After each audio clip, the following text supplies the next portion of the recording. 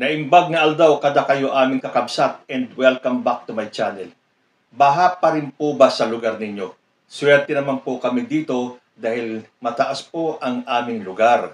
Kaya kahit na po bumaha na sa lahat ng katabi naming mga streets, kami po ay nananatili pa rin tuyo.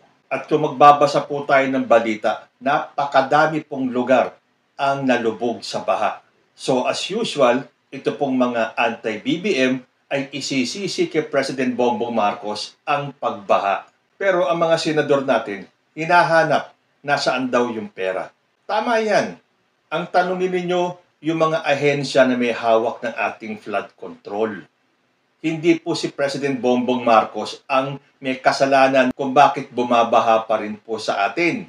At ang pagkakaintindi ko po kasi, ang sinabi ng ating presidente ay yung mga proyekto ng flood control. Hindi niya po sinabi na flood prevention. Doon po sa zona niya, hindi niya sinabi na matagumpay ang ating flood control kaya hindi na tayo babahain. Hindi po ganun yun. Iba po ang flood control sa flood prevention. Yung pong pag-control siguro darating yung panahon na talaga makokontrol na natin. Pero yung prevention na hindi nababaha, mula po nung pagkabata ko, kapag may malakas na bagyo, imposible pong hindi bumaha sa kung saan man parte ng Metro Manila o ng Pilipinas. And mind you, hindi lang po sa atin nagkakaroon ng baha. Hindi po ba recently sa China, talaga pong halos lumubog ang napakaraming lugar sa China. China na yan, isang napakalaking bansa. Pero napigilan ba nila ang pagbaha? Hindi.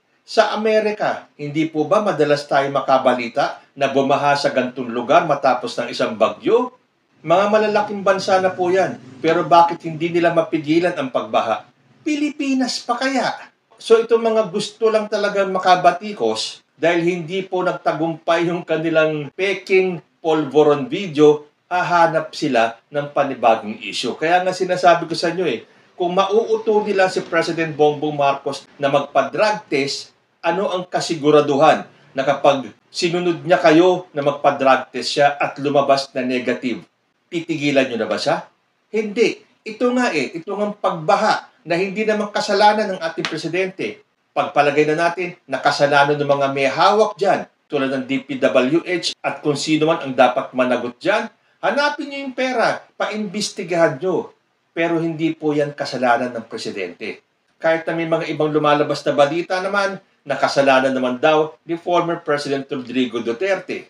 Dahil daw sa ginagawang reclamation areas dyan sa Manila.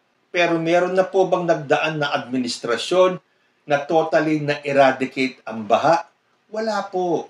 At kung tutuusin po niyan, isa po sa factor kung bakit tayo ay lagi na lang binabaha. Kung minsan nga, konting ulan pa lang, may mga areas sa ating lugar na binabaha na. Dahil po, wala tayong disiplina. Ang mga ilog natin, punong-puno ng basura. Umikot kayo sa paligid. Ang dami pa rin mga plastic, mga kung ano-anong mga itinatapon sa kalsada na bumabara sa ating mga drainage. Dapat po magsimula sa atin. Hindi po magkakaroon ng katuparan yung mga flood control na yan kung hindi tayo makikipagtulungan. Kahit na ano pong gawin ng gobyerno sa mga flood control na yan, kahit na gumastos tayo ng bilyon-bilyon, kung may mga basura naman na babara sa mga drainage natin, hindi po magtatagumpay ang kahit na anong proyekto ng flood control. Hindi po tayo makakaiwas sa mga baha. Malakas man ang ulan o bagyo, talaga pong babahain tayo. Nakita niyo yung mga lugar, lalo na doon sa may mga estero, na pagkatapos ng ulan, naglabasa na lahat ng basura. Hindi na makadaan yung tubig dahil sa basura. Magsimula po sana sa atin. Wala pong presidente, kahit na sino pang presidente, ang may gusto ng tayo ay bahain. Kaya ako sang-ayon ako sa mga senador natin. Imbestigahan yung dapat imbestigahan. Tanungin sila kung nasaan yung pera. Pero yung hahanapin nyo sa ating presidente kung saan napunta yung pera, and correct me if I'm wrong, yung pong amount na sinasabi nilang pera para sa flood control, hindi lang naman po nakasentro sa Manila yan. Ang pagkakaalam ko, marami pong lugar sa Pilipinas, and if I am not mistaken, nationwide, ang flood control. Iba-ibang lugar po, ginagawa nila ng paraan, lalo na yung mga flood-prone na mga lugar sa atin. Kaya tama po ang sinabi ng ating presidente. The flood control did not work properly due to trash. Siguradong ibabash na naman itong sinabi ng ating presidente, pero yan po ang katotohanan. Hindi na po tayo natuto. Magmasid kayo. Madalas, lalo na sa mga lugar na pasyalan, meron namang tayong makikita mga basurahan, pero pasimple pa po na itatapon natin yung ating mga trash sa lupa o sa kanal o sa may drainage. So hanggat hindi po tayo nagkakaroon ng disiplina sa katawan, pagdating po sa tamang pagtapon ng basura, asahan po natin na babahain pa rin po tayo hanggat may mga basurang babara sa ating mga drainage. And speaking of Karina, kumakalat na naman po ang pagtatanggol ni Senator Amy Marcos sa pagbiyahe ni Vice President Sara Duterte sa Germany. Dahil umani po ng batikos ang ating Vice President, dahil sinasabi ng marami dyan na pwede naman i-reschedule ang kanyang pag-alis. Pwede naman daw paunahin ang kanyang pamilya at siya ay sumunod na lamang. Which is sa tingin ko, totoo. Dahil pwede naman po talaga magpa-reschedule. At Vice President po yan. Alangan naman tumanggi ang mga airline sa ating Vice President at sabihin na, ay sorry po, hindi na po pwedeng i-reschedule yan. Pero as usual, itong si Amy Marcos, pagdating sa mga Duterte, nandyan siya para ipagtanggol. Balita po ng News 5. Ito ang pahayag ni Senator Amy Marcos. Matagal ng plano yun at hindi naman niya alam na may bagyo. Pambihira naman. Nakita naman natin ang unang umaksyon ang OVP. Sa totoo lang, nagkalat na yung mga nakapreposisyon na pagkain, gamot, damit. Ikinalat na sa iba't ibang lugar. Palagay ko talagang nakatutok naman sila. Kung ipagtanggol talaga ni Amy Marcos, para ba talagang ang opisina ni Vice President Sara Duterte ang unang-unang namigay ng mga relief goods? Gusto lang ipakita ni Amy Marcos na mas magaling si Sara Duterte kesa kay President Marcos.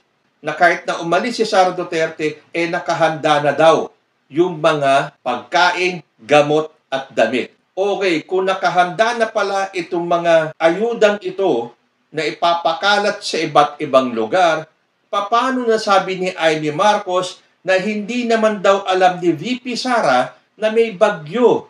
Pwede ba, Senator Amy, wag mo kaming gawing tanga? Apakababa ba ng tingin mo sa amin? Na akala mo hindi namin maiintindihan kung ano ang mga nagaganap? Na porke manggaling sa iyo na isang senador, tatanggapin namin na hindi alam ni Sara Duterte na may bagyo. Kahit na sabihin natin matagal ng plano yan, hindi mo pwedeng sabihin na hindi alam ni VP Sara na may bagyong parating. Nung umalis sila nung umaga ng Miyerkules, malakas na po ang ulan. Nag-uumpisa na po magpakita ng galit si Karina.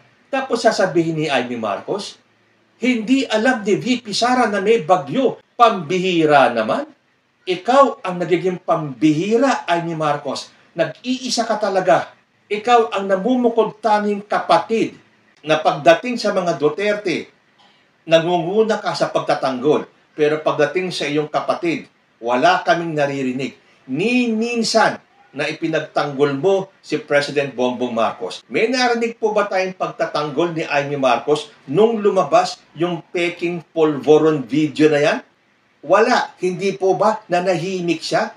Pero nung nabatikos si Baste Duterte, nung pinagre-resign ni Baste ang ating presidente, ginastify pa ni Amy Marcos ang mga ikinilos ni Baste Duterte. Pinagtanggol ba niya si Bongbong Marcos nung time na yun? Hindi. Ngayon, lumabas yung peking polvoron video. Nakarinig ba tayo ng pagtatanggol ni Amy Marcos? Wala. Pero dito sa issue ng pagbiyahe ni Vice President Sara Duterte at nabatikos siya na pwede naman talagang i-postpone ang biyahe niya dahil hindi naman magtatagal yung bagyo, talagang umalis sila. At kahit na sabihin mong nakahanda na lahat ng ayuda, ikaw ang Vice President, dapat nagpahuli ka na lang ng pag-alis. Kaya karamihan ng taong bayan, hindi po matanggap ang dahilan ni Amy Marcos na matagal nang nakabook yung biyahe at hindi alam ni Sara Duterte na may bagyo pala. Ikaw ang nagiging pambihira, Amy Marcos. Kaya kung magbabasa kayo ng comments, talagang halos isumpa na nila si Amy Marcos. Tingnan natin sa darating na eleksyon. Pumasok man si Amy Marcos, pero malamang bababa po ang ranking niya. In fact, sa mga huling lumalabas na mga survey, halos naakapit na lang si Amy Marcos sa dulo na anytime pwede pa rin siyang maligwak sa pagkasenador sa 2025 senatorial elections. Ipagpatuloy mo yan, Senator Amy. At sinasabi ko sa iyo, makapasok ka man at manalo sa eleksyon, tingnan natin ang magiging ranking mo. Ang nakakatuwa pa nito, alam nyo, panay ang batikos niya at pagkontra niya kay President Bongbong Marcos. Pero kung nanood kayo ng SONA, pagkatapos ng speech ni President Bongbong Marcos at nung siya ay naglalakad na palabas ng bulwagan, sino po ang makikita nyo? Si Amy Marcos na halos dumikit kay Bongbong Marcos. Di ba? Panay ang batikos mo sa kapatid mo, pero pagdating dyan, dumikit ka pa rin talaga kay President Bongbong Marcos. Ako kinikilabutan sa mga galawan ni Amy Marcos eh. Kung ako ang kapatid na hindi ko man lang maipagtanggol itong aking kapatid sa mga batikos, wala na akong mukhang ipapakita sa aking kapatid. Pero siya hindi eh. Kahit na panay ang pagkontra niya, panay ang pagbatikos niya, pero nung SONA, nandun siya. Makikita mo, nakihalubilo siya kay President Bongbong Marcos. Pambihira talaga ang isang Amy Marcos. One for the books. Kayo po, ano ang masasabi ninyo?